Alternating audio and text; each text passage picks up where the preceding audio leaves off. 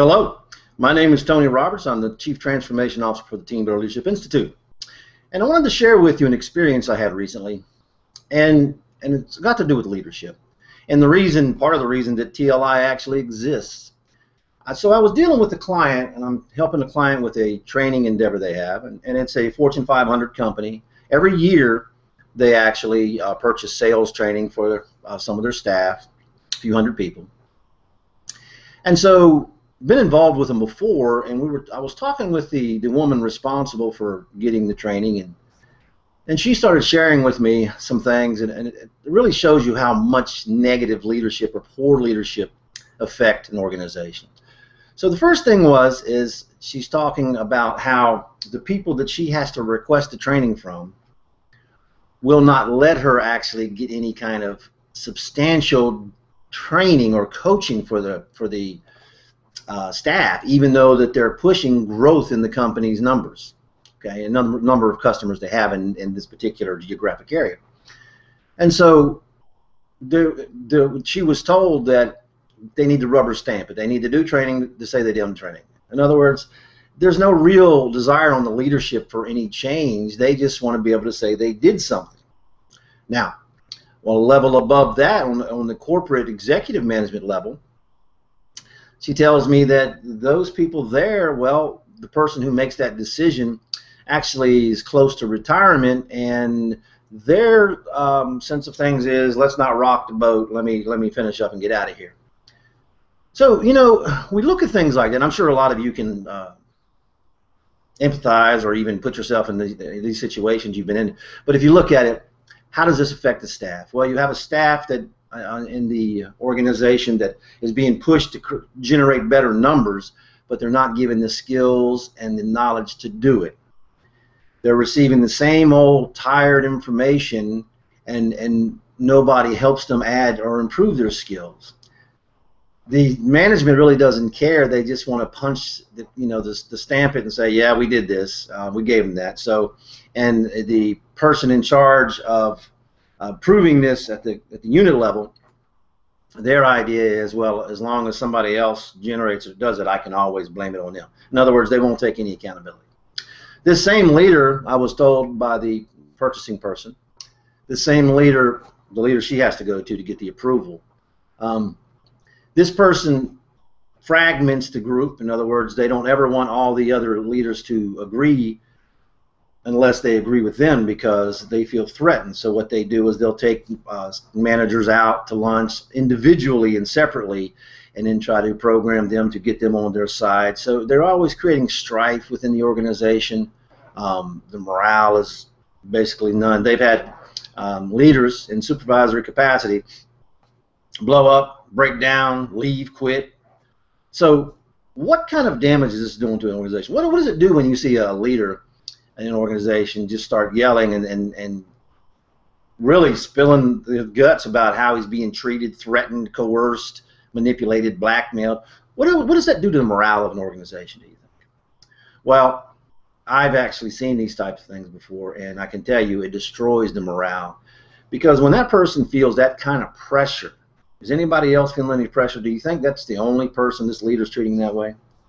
Now, one of the things that you can do is you can look at your turnover. You know, research shows that, well, there's different bodies of research, but one shows that to replace an employee, let's say a lower level employee, it costs, by the time you run an ad and you interview and you pay the salaries to interview and you do the paper and all the things you do to bring somebody in and go through the applications and finally hire somebody, it shows that research shows that it costs about $27,000.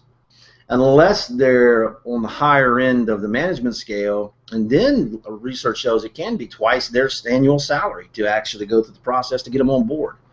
Now, isn't that a lot to pay for someone?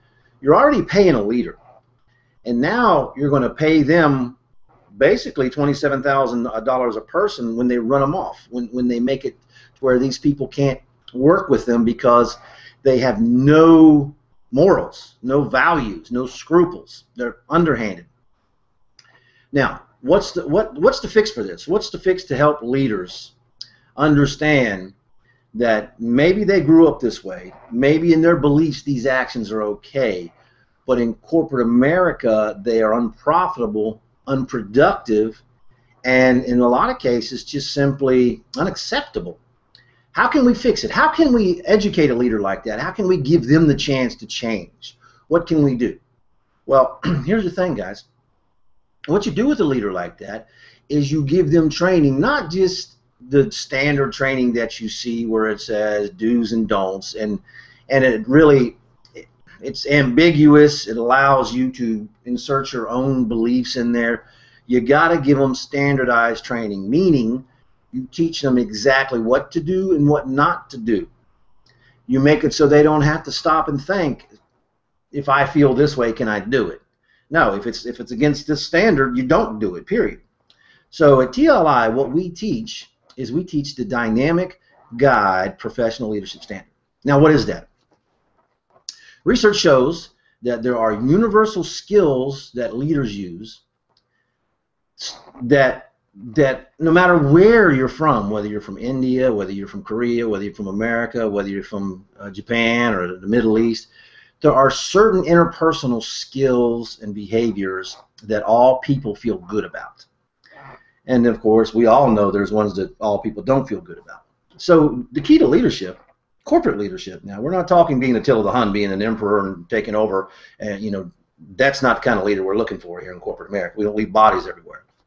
So what we're looking for in corporate America is someone who can bring a diverse group of people together and focus them on the mission of the organization and make them want to come to work every day and want to work toward that mission and not want to mess with each other or impede the process or be negative. Now, so if you agree with that definition of what we want to do as a leader, here's how you do that.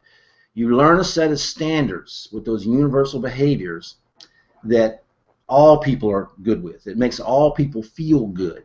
It makes all people want to participate. It builds loyalty. It inspires them. It motivates them. It does not distract them from what they're doing. Think about it. If you were working for that leader I was talking about who pulls people off to the side and tries to play them against each other and things like that, what would you think about when you saw that person? Would you think about work, or would you think about, there's that guy? Most of us are going to go with our emotions and say, there's that guy, especially once he does it to us. In other words, he tries to get another leader to work against us and our employees to work against us. He tries to hang us out to dry, and then we're going to be all wrapped up mentally of why is that jerk even a leader? All right, so now you got to understand a lot of these leaders, they've never been trained any differently. They just don't know any better. Now you would think, well, from what you're describing, Tony, everybody should know. But you got to remember, we're all a product of where we're born, when we're born, and the culture we grow up in. So culture is not national, it's not regional, it's not racial. Culture is this house will have a different culture than the next door neighbor. With that said, people grow up believing certain behaviors are okay based on their experiences. What have they been around? What have they been told is good? So you can't expect someone to have the same value system as someone else. But what you can do is put a standardized set of acceptable behaviors for a leader. And these acceptable behaviors are the standards saying this is what's enforced constantly. This you can do, you do it this way. This you never do. Okay? And what you do is you put in a standard set of behaviors that makes the organization profitable, productive, positive, and pleasant. Now it's not miraculous. It's not even rocket science. There's only 9 different categories that you have to master to do this, and it's really not that difficult. As a matter of fact, in our online program, this is exactly what we teach. But the point is here, think about how much grief this one leader is causing because they're middle management. Think about how much grief they're causing both down and up. Because up, they're not getting the numbers, they're not getting the profit, they're not getting the growth. Down, they're not getting any support. As a matter of fact, their direct leaders working directly against them in many ways. They're trying to create little compartmentalized nepotism. They want to bypass HR and just hire their friends from the church and things like that. This person wants to break every rule that there is in corporate America. Now, and of course, that puts the company at jeopardy because if everybody else lets them get away with it, now upper management may end up with a lawsuit on their hand. So here's the point. That one poor leader, would it be better off to fire them or give them the proper information, train them, and if you give everybody that leadership standard so everybody learns that, if you do have to release that person, now you've got a highly trained leader that meets the standards because you've already trained them, you've already observed them, you've already evaluated them on those standards. Now you've got one that meets the standards that can step right into the place. You don't have to bring somebody from outside that you have no idea what they do, which in this case is exactly what happened. So leadership is extremely important, but you got to train your leaders. You got to teach them skills. You cannot allow them to use the beliefs that they grew up with, because a lot of times the beliefs from your family and beliefs in corporate America of what's right and wrong, in other words, what fits in the culture productively, are not the same. Your family life is different than corporate America. Now, you should have positive activities in your family too, but that's personal choice. But in corporate America, you have stockholders, you have stakeholders, you have employees. These people should be treated with dignity, respect, and honesty all the time. That's the only way you can ensure that a company doesn't end up in hot water. So, the Dynamic Guide Professional Leadership Standard, what it's for is to solve issues like this. A lot of you can probably relate to this because this is a real-life scenario and it happens every day in workplaces across America. Stop poor leadership. Get the fix. Get them the skills. Put a standard in your organization where people can actually know the skills, the exact skills, and how to use them. They know the application as well, so they can actually be a highly professional, successful, effective leader. Thank you.